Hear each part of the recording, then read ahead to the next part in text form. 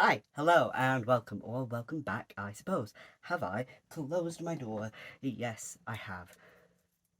Yes, you can see a pair of jeans hanging up. I need to return them. That's okay. Anyway, let's get right on into it because I'm doing a big load of batch filming, which you'll be able to see with mine shirt.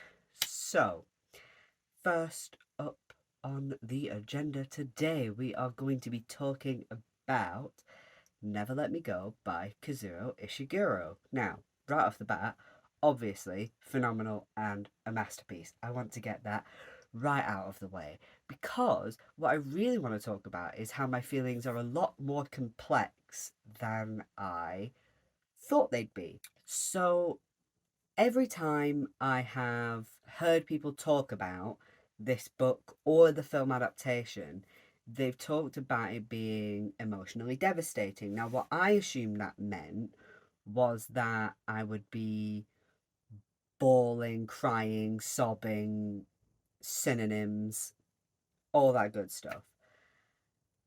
However, what actually happened was I I was listening to this as an audiobook and I sat listening, waiting for the point where I would cry, and it sort of never came.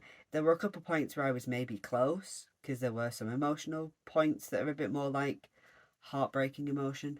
But what actually happened was I was left in an empty pit of despair.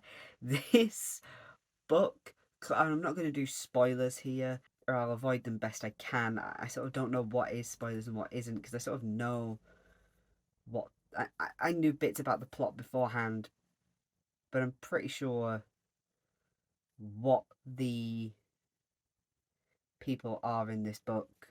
I'm pretty sure that is known before you go in.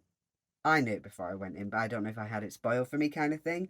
But effectively, the cycle of what goes on, like the end of this book, you're sat there going, oh, this is a never ending cycle that is probably never going to get better.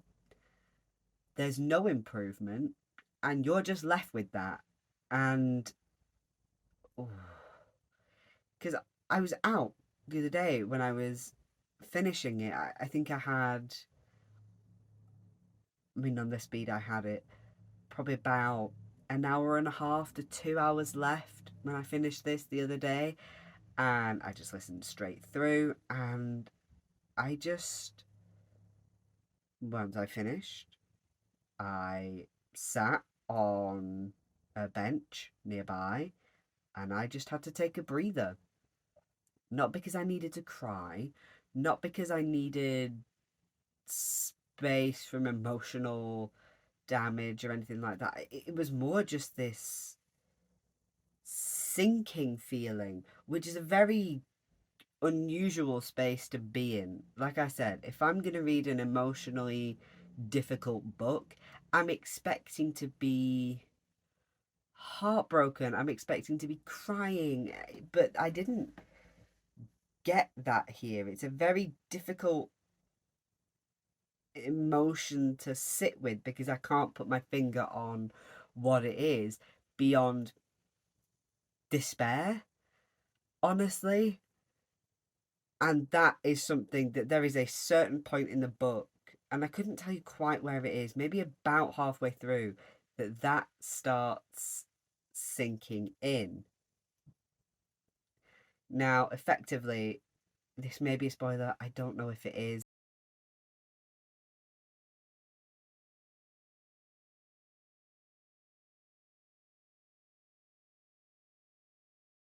But effectively, these people that we're following are clones that are designed effectively to be organ donors as they get older. And not only are they organ donors, but it is like, it's not here, go and live your life, and then when you die, we'll harvest you, which would be difficult enough, but they sort of have to make sure that they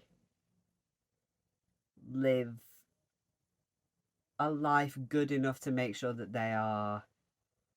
they remain healthy, because they are designed to give people the best options when they donate. And it doesn't they call it donation throughout. It's like, oh, your first donation. It's like, it's not really donation, because that implies there's a choice.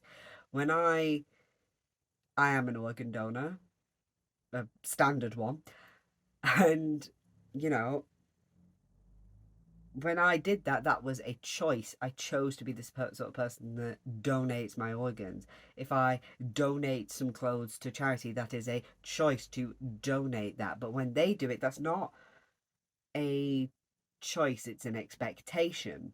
In fact, it's not even just an expectation, it is the rules.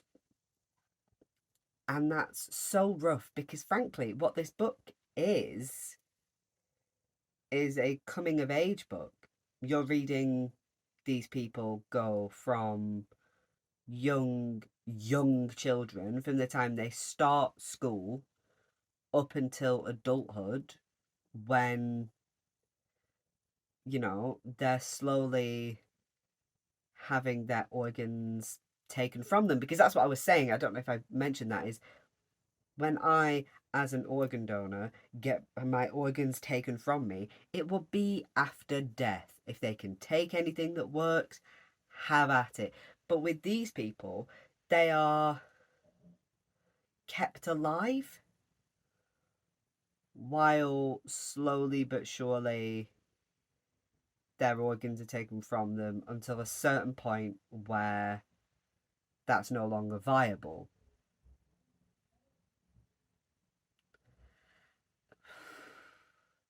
And I think the reason this book hits in the way that it does is because it's all told so casually, as just a, this is how it goes. It's like reading a regular coming of age story, where you're just reading teenagers get into adulthood, realize what their life is going to be like and all that. But then on top of all of that, you've got the fact that one day they're going to have their organs slowly taken from them. And it's a lot to process, which I think is why I was left so bereft afterwards. That I just had this feeling of, oh God, I don't know how I'm supposed to think and feel about this, because I've just spent God knows how many hours with these characters, slowly realizing that this is not gonna end well. I say realizing, remembering that, like, this is not going to end well, because you're just getting to know the minutiae of their lives. You've got the tricky relationship, almost sort of petty sisterly bond between Ruth and Kathy, and the fact that Ruth is kind of rude and mean for most of Kathy's life, but they stick by each other. And the way that Tommy sort of fits in between the two of them, and it's normal teenage problems with this undercurrent. It's like, I can't think of an author off the top of my head, but it's like just reading a book set in a boarding school, where you've got these kids living their lives and them getting older, and it is like an older woman recalling her youth, and then you just, oh, it is a devastating book, incredibly written. It is one of those where I was so, don't say it, I was so hooked throughout. I just couldn't stop reading, even though it hurt to read a lot, because throughout, anytime there are these glimpses of hope, there's sort of, even though most of the time you're never explicitly told, no, that's not going to work, this isn't how it works. You sort of know that anything that could be a way out isn't going to work that way. It is exclusively, this is your role in life, go and fulfill it.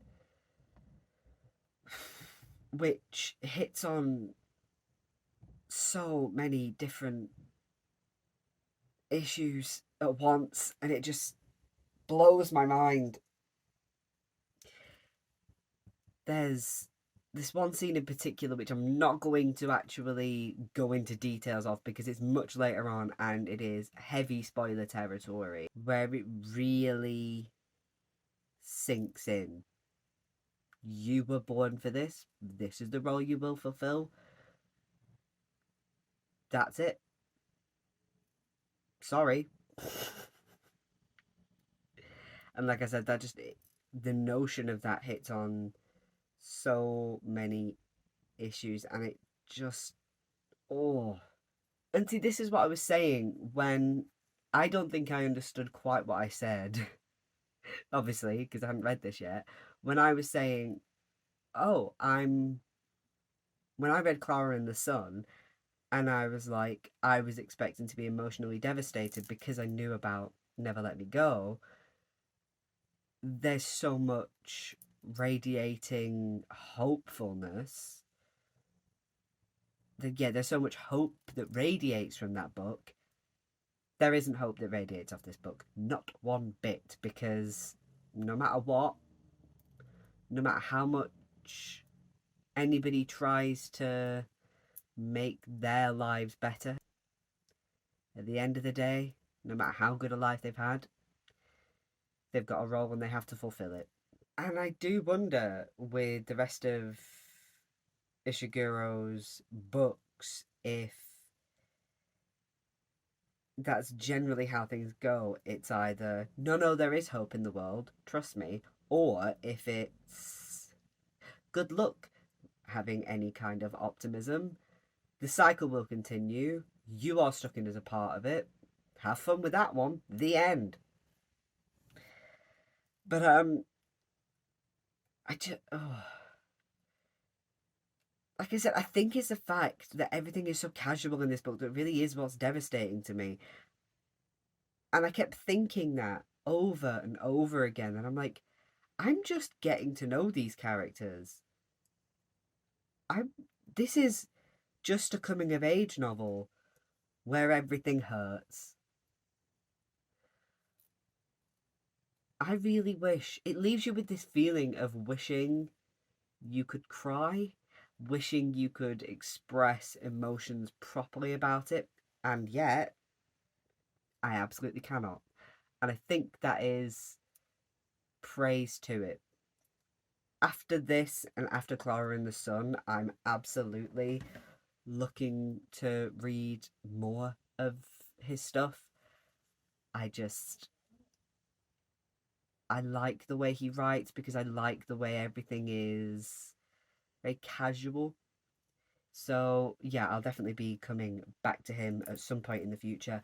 And um obviously I do recommend this book. If you've ever thought about getting into Ishiguro, I would maybe recommend reading Clara and the Sun first and then reading this, just because I think,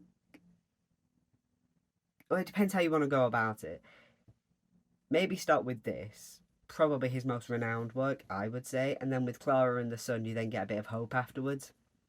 Might be worth doing it that way around, but either way, I definitely think both of those books are worth getting your hands on, just because they are utterly phenomenal. I will be thinking about this book for a long time, a long time. So, yeah, oh, I never mentioned that I'm not doing my makeup. Sorry, this is like right at the end of the video, but I didn't do it for this because I said earlier that I'm batch filming.